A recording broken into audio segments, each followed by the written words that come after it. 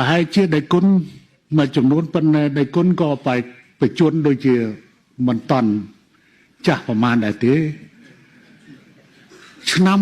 89ខ្ញុំកណាខ្ញុំទៅទទួលការប្រមាថពីខ្មែរក្រហមនិងត្រីភាគីថា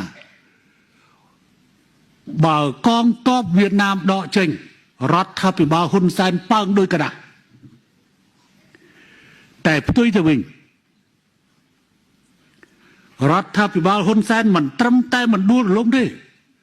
តែវាយទៅដើមដីរហូតដល់បកូណាបៃតានៅទីក្រុងហ្សាកាតាឆែមវិចារអ្នកដើរជាមួយនៅទីក្រុងហ្សាកាតាបកូណាបៃតាថ្ងៃ2ខែឧសភាខែមិថុនាឆ្នាំ1991ព្រះអង្គបានមានព្រះរាជបន្ទូលប្រាប់ខ្ញុំកណាខ្ញុំថាអេដាមខ្ញុំទៅនៅជាមួយអេដាមព្រោះខ្មែរក្រហមបោកខ្ញុំថាឲ្យតែកងទ័ពយួនដកគឺរដ្ឋាភិបាលអេដាមប៉ើងដោយក្តាស់